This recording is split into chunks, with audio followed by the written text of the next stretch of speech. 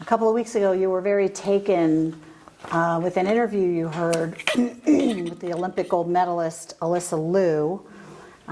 Would you like to talk a little bit about that and why that affected you? Yes, absolutely. You know, I'm sure you're all familiar. I mean, I'm not even a sports follower, and I saw some clips of her on social media, and I wrote down there was a couple of questions the interviewer asked. One was, why don't you get nervous? How are you able to skate with so much joy? And where does that joy come from when you're on the ice? And she said, I like to share about myself, my story, my art, my creative process, and messing up doesn't take away from that.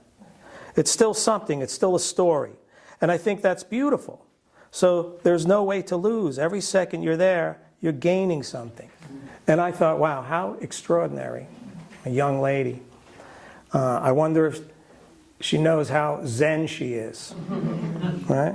I mean, there she is enjoying life, having fun, experiencing joy and happiness, and she doesn't seem to be emotionally committed to outcomes. She's free, clearly not a perfectionist in the sense of where she makes a mistake, she beats herself up about it, like I often did and still do on occasion when I make a mistake. She's okay with it. And she's very present. You could tell she's very in the moment. And her happiness clearly isn't dependent on whether she wins or not. And how extraordinary. But so again, all right, that all makes sense, right? But how do we do it? How do we change our lives? How do we be that way? And you know, how do we embrace winning or losing? I propose that we get into the practice of, for one, living without expectation. This probably is the last reading. Thank you for being here, and we probably went a lot longer than we planned, right? Because once I get started, you can't stop me. All right, this one paragraph from this chapter. Having no expectations frees us to take a leap of faith without an anxious concern of succeeding or not, and without being worried about the outcome. Whatever happens, we are accepting of it. We can breathe easy in the absence of a sense of urgency and cutting craving for more.